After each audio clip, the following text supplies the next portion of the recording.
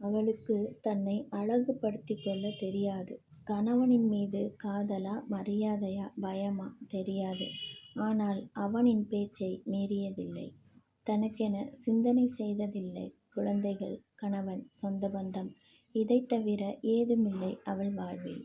சமையல், வீடு, குழந்தை வளர்ப்பு, சமூகம் என்ன சொல்லுமோ என்ற பயம் இதுதான் அவளின் ஆகப்பெரிய கவலை.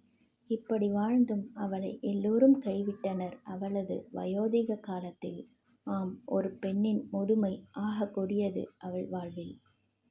அவளுக்கு தன்னை அழகுபடுத்திக் கொள்ளத் தெரியாது. கணவனின் மீது காதலா, மரியாதையா, பயமா தெரியாது. ஆனால் அவனின் பேச்சை மீறியதில்லை. தனக்கென சிந்தனை செய்ததில்லை. குழந்தைகள், கணவன், சொந்த பந்தம் இதைத் தவிர ஏதுமில்லை அவள் வாழ்வில்.